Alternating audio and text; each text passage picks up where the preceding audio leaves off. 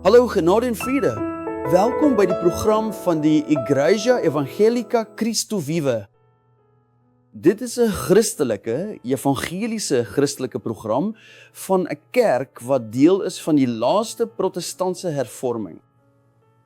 Dit is bekend dat die eerste protestantse hervorming basies binne die boesem van die Romeinse kerk was. In die eindtye is God besig met 'n laaste hervorming. Waarvoor? So die volk God se waarheid kan uitleef.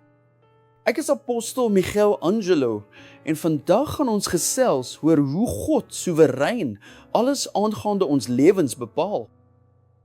Baie welkom. Dit is 'n baie groot vreugde. Dit is 'n eer, 'n baie groot voorreg wat u aan ons bediening en aan my persoonlike lewe verleen. Die apostel Petrus skryf in sy eerste brief. Jy weet dat 'n epistel die briewe was wat geskryf is, of die briewe is wat deur die apostels geskryf is.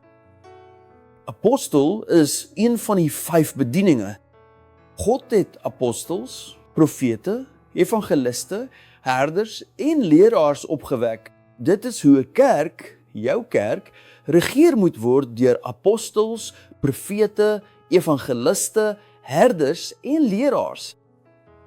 Natuurlik het elkeen 'n bedieningsomvang, elkeen het 'n sfeer, soos Paulus aan die Korintiërs gesê het, 'n sfeer van invloed, en so doen God sy werk, sy koninkryk, hier op aarde. Ek wil dus met jou gesels oor hierdie eerste brief van Petrus, waar hy so sê, hoofstuk 1, verse 1 en 2. Petrus, apostel van Jesus Christus, aan die uitverkorenes, wat vreemdelinge is. Die kerk was dus, wel, in verskillende dele.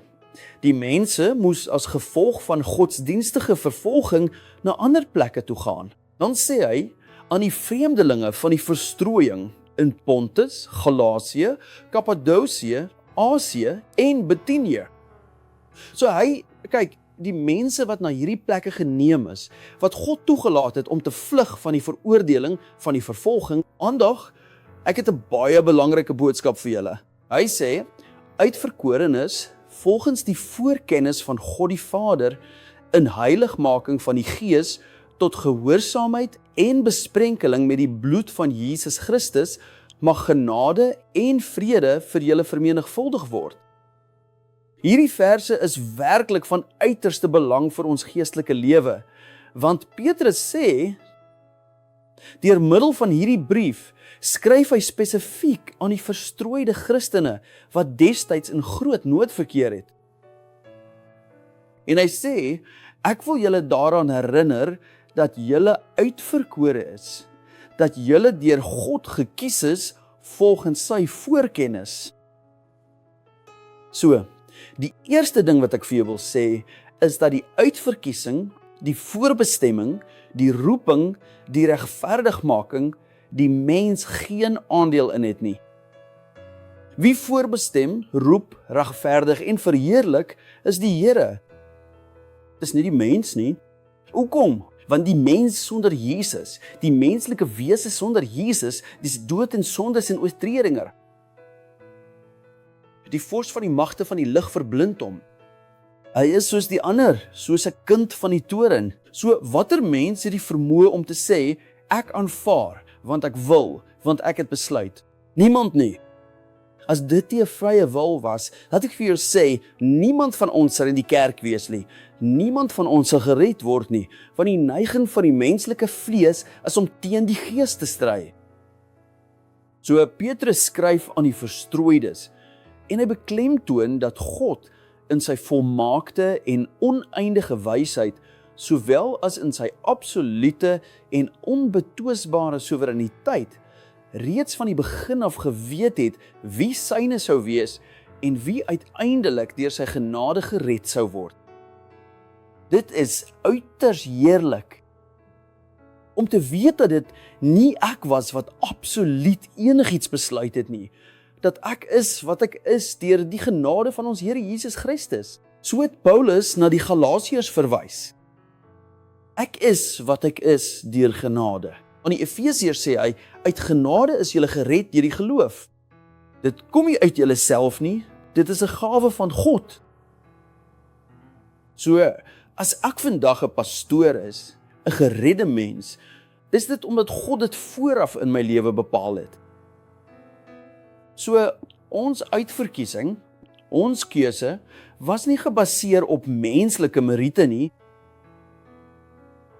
Nee, dit is nie omdat ek enige eienskap, enige gawe, enige menslike meriete het nie. Nee, God kies eenvoudig wie hy wil, hoe hy wil, wanneer hy wil en met wie hy wil werk. Jy moet onthou, dit hang eintlik nie van die klei af nie, dit hang alles af van die pottebakker se hande. So dit is baie belangrik dat jy hierdie kennis het, dat ons uitverkiesing, ons keuse, ons redding, niks met menslike meriete te doen het nie. Trouwens, Martin Luther en Johannes Calvin het dit gesê, die groot hervormers. As die mens dink dat hy enige aandeel het wat redding betref, ken hy nie vir God nie, en ken hy ook nie die woord nie. Dit is God suiwer wat met jou hart baart. So dis nie gebaseer op menslike meriete nie, nee. So waarop is dit dan gebaseer? Op goddelike genade. Uit genade is jy gered, wie geloof. Dit kom nie uit jouself nie, dit is 'n gawe van God. Daarom, binne die ewige voornemens van God, laat hy Petrus skryf aan die kerke of die broeders wat verstrooid was, vreemdelinge in die verstrooiing in Pontus, Galasië, Kappadosie, Asië en Bithynië. Hulle kon aanvanklik gevoel het dat hulle verlore en hulpeloos was, sonder dat God na hulle omsien. En God gebruik Petrus en sê dan vir hierdie broeders wat in die verstrooiing is, dat hulle my uitverkorenes is, en dat hulle uitverkies is volgens my voorkennis. Ek weet wie hulle is. Ek het hulle name in die palms van my hande geskryf. Hulle name is in die boek van die lewe. So hierdie gedeelte beklemtoon vir ons in die middel van die 21ste eeu 3 elemente van God se werk en redding. Ons lees, die mens sonder Jesus is dood in sondes en misdade. Die mens soek nie. Daar's niemand wat daardie vermoë het nie. Paulus sê in Romeine, ek hou baie van hierdie vers, Romeine 3:10. Kyk dit. En volg asseblief hier saam. Hy sê soos geskrywe is, daar is niemand regverdig nie, selfs nie een nie. Daar's niemand wat verstandig is nie, daar's niemand wat na God soek nie. Almal het afgedwaal, almal saam het onbruikbaar geword. Daar's niemand wat goed doen nie, daar's nie eens een nie. So, dit is nie die mens wat besluit nie. Apostel, maar ek het nog altyd gehoor dat die mens vrye wil het. Ja, vrye wil. Nie vir redding nie, want anders sou dit nie God se voorkennis gewees het nie. Dit sou die mens gewees het. Die mens het vrye wil. Vandag gaan ek 'n blou pak dra. Ek het besluit.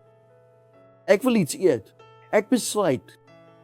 Ek wil na daardie plek toe gaan. Dit was my besluit. Maar wat redding betref, nee. So God praat in die eerste plek van God se voorkennis, van die keuse vooraf.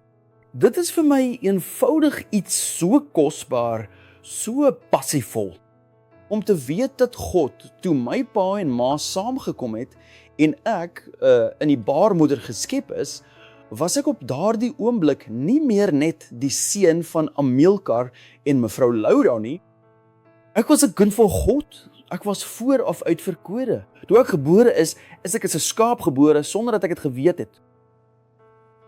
Ek het niks hiervan geweet nie. Ek was 21 jaar lank Katoliek. Ek het niks geweet nie. Die kerk het nooit, die Katolieke kerk, in 21 jaar ooit vir my vertel van die grootheid van God se voorkennis, van God se almag, van God se alwetendheid nie. Nee, nooit nie. So ek het gedink dat dit ek was wat besluit om na God te soek. Maar ek was absoluut onbekwaam. Daar's nie een wat die goeie doen, wat kies, wat sê nie. So dit moet God wees. In sy voorkennis het God ons vooraf uitverkies. Hy sê hier, uitverkorenes volgens die voorkennis van God. Tweedens praat hy van die heiligmaking van die Gees. Dit beteken dat die Heilige Gees, halleluja, die Gees van God werk in die lewens van die uitverkorenes. Wanneer ons deur die Gees vir God afgesonder word, is dit iets baie interessant.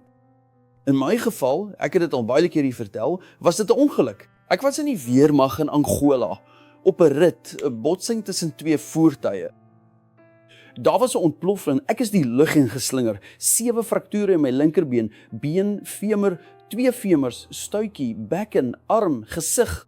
Ek was 2 jaar lank in 3 militêre hospitale, het 20 operasies ondergaan en in werklikheid was dit 'n kleipot wat heeltemal gebreek het en wat die pottebakker met sy geseënde, heilige en barmhartige hande weer oorgemaak het. Die heiligmaking van die Gees beteken dat dit God was wat in my gees gewerk het, omdat ek 'n uitverkorene was, omdat hy my vooraf gekies het. Hy het jou vooraf gekies. Nee, dit was nie nou nie, dit was nie onlangs nie, dit was nie iets waar jy eendag wakker geword het en gesê het, vandag is die dag nie. Nee, dit is 'n volmaakte plan van God van vooraf. Voor die grondlegging van die wêreld het God reeds ons gees geskep, wat hy daarna in die moederskoot geplaas het, wat geboorte geskenk het aan 'n uitverkorene van die Here, omdat hy hom gekies het. Die heiligmaking van die Gees is die werk van God wat ons lewe reinig, né? So die gelowige is gehoorsaam, hy het gehoorsaamheid en besprenkeling, nie waar nie. Kyk wat sê die woord van die Here. Gehoorsaamheid en besprenkeling van die bloed van Christus. Dit beteken dus dat die gehoorsaamheid, vandag kan ek sê, ek behoort aan die Here. Ek is op die weë van God. Ek volg 'n geestelike loopbaan, want daar was 'n besprenkeling. Dit wil sê 'n uitstorting van die bloed van ons Here en Verlosser Jesus Christus. Daarom is die gelowige gehoorsaam aan die roeping van God en word hy deur die bloed van Jesus gereinig. So, die enigste ding waarvan jy absoluut seker kan wees, is dat as jy Jesus as Here het, of hom vandag bely, en met jou hele hart glo dat hy gesterf het en opgestaan het, dat hy Here is dit alles die werk van God se voorkennis. Dit is die werk van die gehoorsaamheid wat ons nou vrylik openbaar, en dit is die werk van die besprenkeling van die bloed van Christus. Deur die bloed van Jesus, die boek Openbaring sê, hulle het hom oorwin deur die bloed van die lam. So die woord voorkennis is baie belangrik, want dit kom van die oorspronklike Griekse woord prognosis. Wat beteken prognosis? Hy het gesê, uitverkies volgens voorkennis, dit is nie volgens die vrye wil nie, dit is nie volgens die besluit wat ek geneem het nie, want daar is nie een wat soek, wat verstaan, wat die goeie doen nie. Daar's nie een nie. Niemand sou gered word nie. As dit nie vir die werk van ons Here Jesus Christus was nie, sou niemand gered word nie. So prognosis, voorkennis, beteken die voorafgaande, antisiperende kennis en die bepaling van God. So die sentrale idee van prognosis is nie net dat God geweet het nie. Ek hoor soms mense sê, ag, God het geweet. So baie mense sê selfs, waarvoor evangeliseer ons? Waarom spandeer ons geld op die radio, televisie, op die satelliet en die media? Waarom nie? As God reeds geweet het. Dit is nie dat God geweet het nie, dit sou te veel wees, dit sou God beperk. Ag, hy het geweet. Die idee van prognosis is nie dat God die toekoms geweet het nie, maar dat God dit bepaal het. God het bepaal dat ons volgens sy doel gered sou word. Dit is wonderlik. Ek is in God se hande, jy is in die hande van die Here. So hierdie gedeelte van Petrus is baie belangrik. Ek praat baie hieroor, want dit is 'n gedeelte wat die uitverkiesing van gelowiges beklemtoon. Die gelowige in Jesus Christus is 'n uitverkorene van God. Dit is gegrond op 'n soewereine kennis van God en sy wonderlike genade. Die soewereiniteit van God en sy wonderlike genade. Dit is baie belangrik, want, wel, wanneer jy begin om hierdie tipe kennis te kry, word jou geestelike oë verlig. Jy begin om die rykdom van die erfenis, jou redding, die sekuriteit van God te verstaan. Jy is nie meer bang vir enige duiwel nie, jy is nie bang vir mense nie, jy is nie bang vir die ekonomie nie, jy is vir niks bang nie. Jy het 'n onvernietigbare en onverbreekbare posisie. Dit kan nie gebreek word nie. Onverbreekbaar, verskoon my, onverbreekbaar as gevolg van die kennis van die Heilige Bybel. ek moet die laaste woord aan jou hart oorlaat. Van dieselfde apostel Sint Petrus, waar hy sê in die tweede brief, immers, sy goddelike krag het aan ons alles geskenk wat tot die lewe en godsvrug dien. Dit was die krag van God. Hy sê, deur die volle kennis van hom wat ons geroep het tot sy eie heerlikheid en deeg, sê eer aan God. Hy het ons geroep tot sy heerlikheid en deeg. Dit was hy. Sê, dit was hy. Sê dit hard, dit was hy. Hy het jou geroep tot sy heerlikheid en sy deeg. So, as dit hy is wat roep, geliefde, wie kan ons uit die hande van God ruk? Hy het gesê, uit my hande sal niemand dit ruk nie. Ek sal hulle die ewige lewe gee, hulle sal my stem hoor, my skape. Hy het in Johannes 10:26 gesê, julle glo nie, want julle is nie my skape nie. Want as God almal wou red, sou hy almal gered het. Dit hang nie af van wie wil nie, sê Romeine, dit hang nie af van wie soek of wie wil nie, dit hang daarvan af dat God sy genade bewys. En God gebruik sy genade. God het jou vandag deur 'n televisieprogram gevind, God het jou gaan soek in hierdie intensiewe sorgeenheid, in hierdie tronk, in hierdie hospitaal, in hierdie kliniek, in hierdie verskriklike situasie waarin jy jou bevind emosioneel, jy het selfs gevoelens van die dood ervaar, iemand kyk na die program en sê, ek wil net 'n einde aan my lewe maak, want ek kan nie meer lewe nie. Nou weet jy wat die Bybel sê. Hy het ons tot sy eie heerlikheid geroep. Dit was, daar's nie vrye wil nie, waar staan dit in die Bybel? Die uitdrukking vrye wil bestaan nie in die Bybel nie, het julle geweet? Dit bestaan nie. Mense verkondig die vrye wil wat nie in die Bybel staan nie. Dit was hy wat ons geroep het, verskoon hy. Dit moet kom deur die volledige kennis van hom wat ons geroep het tot sy heerlikheid en deug, waardeur sy kosbare en baie groot beloftes aan ons gegee is, sodat julle deur hulle deelgenote van die goddelike natuur kan word, en julle kan vrymaak van die verderf van die begeerlikhede wat in die wêreld is. En hy sê, om hierdie rede moet julle deur al julle ywer in te span, by julle geloof die deug voeg, by die deug die kennis, by die kennis die selfbeheersing, by die selfbeheersing die volharding, by die volharding die godsvrug, by die godsvrug die broederlikheid en by die broederlikheid die liefde. Want as hierdie dinge in julle aanwesig is en toeneem, maak dit julle nie traag of onvrugbaar in die volle kennis van ons Here Jesus Christus nie. Dit beteken, wanneer jy die waarheid hoor, bly jy nie onvrugbaar nie, jy hou nie op om vrugte te dra nie. Dit is hy wat geroep het tot sy heerlikheid. Dit is hy wat hierdie ontmoeting gereël het.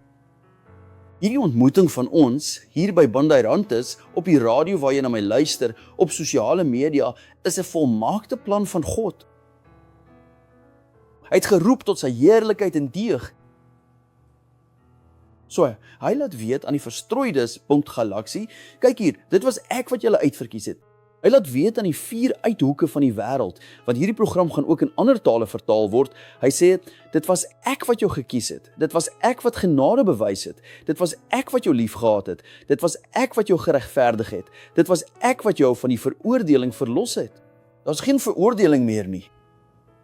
Daar is geen veroordeling vir diegene wat in Christus Jesus is nie, want die gees van die dood is uit ons lewens verwyder. Die gees van die lewe is in ons. Wat is die gees van die lewe? Die Heilige Gees, die Here Jesus Christus. Ontvang hierdie woord. Ontvang dat die voorkennis wat alles bepaal het, God se prognose is. Laat dit so wees. So sê die Here, dankie aan almal wat hierdie halfuur saam met my deurgebring het. Ek hoop in God dat iets baie belangriks in jou lewe besig is om te manifesteer. Jy is 'n uitverkorene van God deur die voorkennis, deur die vasberadenheid en soewereiniteit van die Here. En ek sê vir jou, die engele van God bewaak jou. Waar jy ook al loop, daar staan engele wat jou bewaak. Geen wapen wat gesmee word kan teen jou lewe seëvier nie. Geen skema of strategie van die hel kan jou lewe oorheers nie. Jy's meer as 'n oorwinnaar. Hy wat in jou is groter as hy wat in hierdie wêreld is. 'n Liefdevolle groet aan almal. Genade en vrede in die naam van Jesus, Apostel Michelangelo. Genade en vrede.